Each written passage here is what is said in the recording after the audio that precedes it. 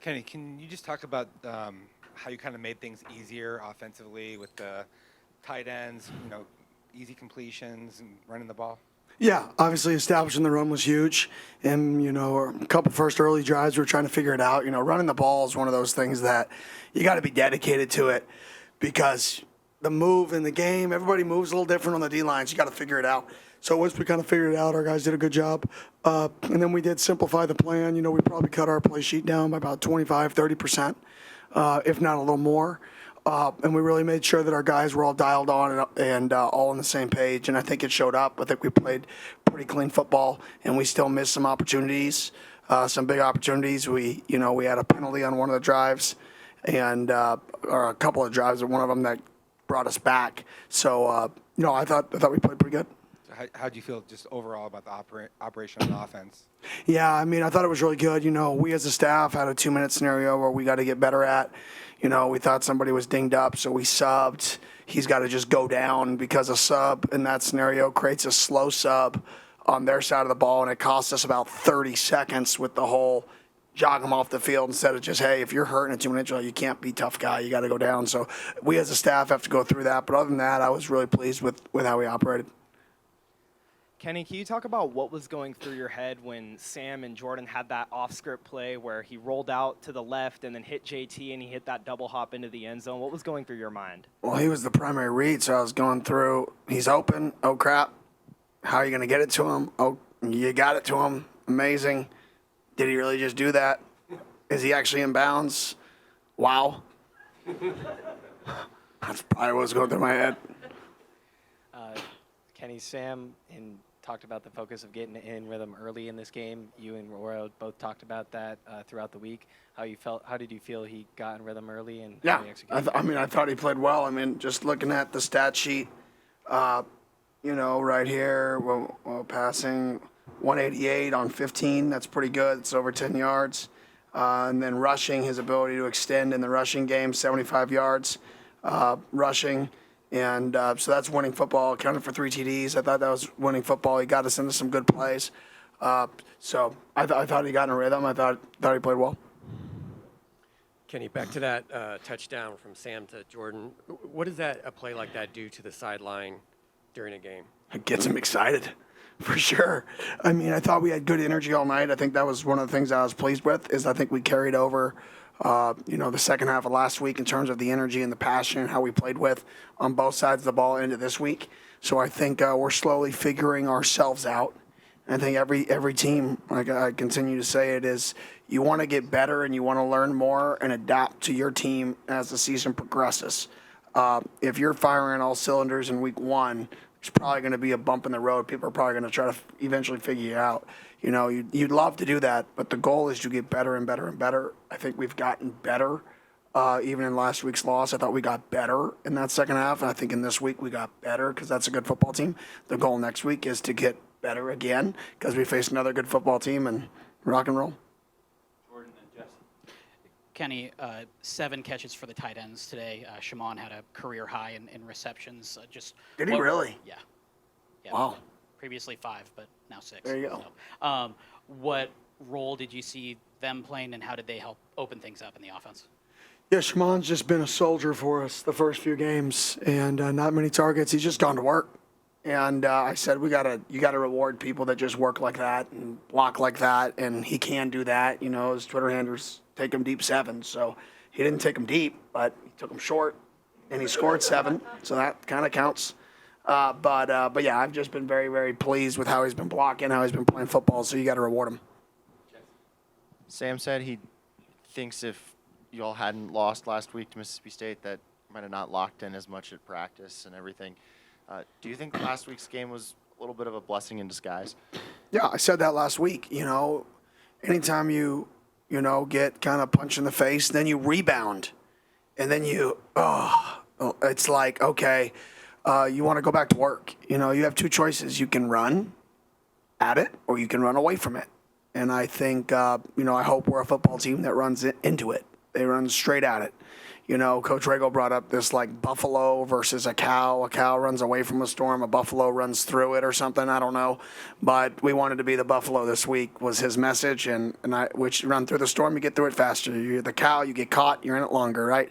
So hopefully we're a team that runs through the storm. I don't know if it's true. Don't quote me on it. It's via Coach Regal. So if that's not factual information, you can see him. Oh, hi. Kenny, can you kind of talk about the takeaway? You finally got that takeaway, that kind of momentum. It was 10-3, and you get the touchdown after the takeaway. Now it's 17-3, and it kind of Game changing. Takeaways win games. We talk about it all the time. Ask him. I chase him every day in practice saying, get the ball up. Like, that's the most exercise I get all week, is just running around, chasing him, saying, ball up, ball up, ball up, and chasing, saying, knock the ball out on defense, and for it to show up all the time that we punch at the ball at practice and punch at the ball at practice, they convert a third down, and we punch at the ball and create a takeaway. Absolutely game-changing. a follow-up. Can you tell us what was the deal with Canyon Floyd? We saw McKenzie punt. Yeah, he had his quad wasn't feeling great before the game, so he should be, I mean, it's not a major deal, so hopefully he'll be back for next week. Jordan, can you take us through that touchdown where you hurdled the defender and just what was going through your head during that? It was kind of like just reaction. Like, there was nowhere else to go but up. So Shaman was kind of blocking him, kind of shielding him off. So he was kind of low, like off balance already. So I just jumped, took flight, put the ball in the end zone. What's allowed you to have the success you've had so far this season and just be so consistent? Just a blessing, man. I feel like a blessing to have Kenny around me, have my family, just a huge support system. I feel like that guided me in the right directions this offseason, and I feel like I maximized my offseason, and I think it's paying off now. Coach Sam said that you and Coach Arroyo do a heck of a job at crafting a game script. How do you feel the job? How would you assess the job you did on getting Sam comfortable into the game today? Yeah, I thought Coach Arroyo did an awesome job in the game plan. I thought he did an awesome job calling the game. You know, some adjustments mid-game, where to move JT, to get him the ball and some things based on what they were doing. So I thought Coach Arroyo had a great plan, and I thought the guys went out there and executed at a high level. Like I said, it wasn't perfect. There's some areas we can get better at as a staff, as a team. But I was really, really happy with the plan, the execution, the effort we played with. And so I'm looking forward to getting back to work. You had Boogie Wilson come in for X because he didn't play today. What did you just see from his overall physicality as for the rest of the defense? Yeah, I mean, Boogie brings good energy. Boogie's always smiling. Like I told him pregame, like, good luck. Like, let's go get it, right? He goes, I'm going to try my hardest. Like, it was all, but like, that's Boogie. Like, you have a lot of confidence in him because he's confident in himself, and he brings great positive energy. I thought he played good. I'd have to watch the tape to grade him, but I thought he played good football, and I'm really glad we have him on our football team. Jordan Kirk was also in the backfield a lot tonight. What have you just seen from him as a leader and a player? When you play and practice with that much passion, it's going to show up on game day. I mean, it's not rocket science. He practices like it's game day every day. He works like it's game day every day, and then he plays well on game day. And I think he's the definition of what I want people in this program to be, is people that are just passionate every single day. I mean, he'll sweat talking because he'll talk passionately, right? And that's not a joke. That's a fact. And that's just how passionate Crook is about everything, and that's what makes him special. Get a couple more for Coach and then finish up with Jordan here. Go ahead, Michael. Yeah, Coach, to piggyback that off on the defense, I mean, did you feel not that they ever played slow, but this is kind of the quickest game they played? Because, I mean, it just seemed everything was very disciplined. Talk about the turnovers, but just your thoughts on that. Yeah, I thought we had a plan going into the week. We went in on Monday, and we said this is what we want to do to get accomplished. We accomplished those things, right? And I think good football teams, right, they just play football, and you just play another team. Great football teams take the plan and can apply it. And I think what our defense did best in the entire game was they took the plan and they applied it. You know, the goal of football is not about first downs. It's not about yards. It's about points. And I think they did a really, really good job in the first half, not worrying about the stuff that didn't matter, and they worried about the points. And that's what we talked going into the week. Adam, is your question for Coach? Yeah. Coach Raleek exploded for that big run. To see him rehabbing from the injury last season now, and then going through that process of getting his confidence back in the offseason going into this year, how much have you really just seen his confidence grow now into the season? I mean, he made the kind of jump that I feel like JT made last year, right? Where he was working back and nobody really knew about him. Everybody forgets about you when you transfer somewhere and don't play for a year because you're not a new transfer. You're just a guy on the roster now. And he put in the work, just like JT did last year. He put in the work, and that work is showing up. And I think when you're in those situations and you're hurt for a year and you're at a new place, you kind of get lost a little bit, and you got to figure out yourself how to motivate yourself to work, and you're hungry to play again. I think, like I said, similar to JT and Ben and X of last year, I think Raleek's really stepped in and been that guy for us this year. He's kind of the diamond that people forgot about. He's a really, really good football player. He's worked his butt off. I mean, he's focused, he's dialed, he's competitive, he's good in pass protection. Like, he's earned the right to have a game like that. We'll finish up with Coach Chris. Yeah, can you just, is there any update on X or Jalen Moss or Kyson Brown and maybe this week ahead? I would think Brown and Moss will play next week. I would think. Unless something, happens here in the next couple days, I feel like they're trending heavily in that direction. I'm not going to get too carried away with the words because I don't know the probable question. That's for the doctors. I'll just say I feel like they're going to play and leave the fancy words for them. And then on the second one, I don't know. We gotta figure that one out in terms of getting them back. And what was it like just not giving up explosives in the passing game, especially when Boogie was back there? Yeah, it was awesome. It's nice. I mean, we're a cover 3 team. Cover 3 is not built to give up explosives. It's built to force a team to be efficient down the field and be explosive on our defense. And when you hit an explosive play on defense, get them behind the sticks and then win those situations.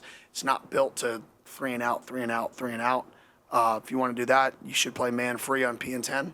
And that would be built to go 3 and out every drive. So I think us figuring out that identity of what good defense is, like I said, good offense is scoring points.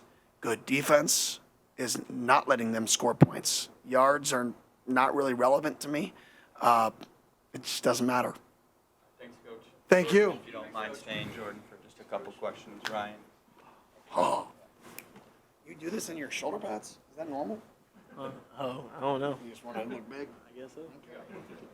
Hey, JT, we saw Shimon get a career-high 6 receptions today. And for you seeing a guy like that who's able to kind of have a game where he's really blocking and spending a lot of time, we're doing the dirty stuff, and then getting rewarded with stuff on the stat sheet, what does that show for a lot of the guys on the team with like putting in work outside of what you might see on game day? Yeah, Shimon's an amazing blocker. I missed a couple of my blocks today, and I felt so bad. I went up to him, apologized like 3 times. And I was like, he probably would have strung it for more yards, probably would have had 100 on the day, but it's just how the team is, bro. Like, we're unselfish. Like, humility is a big thing, and we just don't care who's getting the ball, I feel like. So, which play was more fun? The NAU play in the corner of the end zone or tonight's play where you hurdled somebody and scored? Probably the hurdling someone, I ain't gonna lie. I haven't done that in a long, long time. I'll try and get it back to Jacob, please. Go ahead. Jordan, a couple catches on play action today. How would you say that concept just helps you get separation and give you an advantage against the defense? Yeah, especially being as run efficient we are. Raleek had like 150 yards. Being able to run, and then play action pass off of it makes my job easier, especially when all the linebackers are tucked away in the box. JT, you talked about how one of the things that's allowed you to be this successful was maximizing the offseason. How did you see Raleek maximize that offseason, and what does it mean to you to see one of your friends on the team succeeding the way he has been? Yeah, definitely. I think he was just so hurt from same boat I was in, just hurt from had knee injury, had knee surgery, just not being able to play, seeing all your bros play, seeing us lose in the college football playoffs. You just develop this hunger of just wanting to come back better than ever, I feel like, and that's what he did. And conditioning days, he was working his tail off. Squat days, he was squatting as much as he could. Bench days, he was right there with me on rack 1. So, yeah. Talk about that hunger from seeing the team lose in the college football playoff. Do you feel like you shared that hunger as well? For sure. Yeah, that definitely hurt. But sure, trying to go back. That's our goal. Anything else for Jordan? Good? Awesome. Thank you, Jordan. Yes, ma'am. Thank you.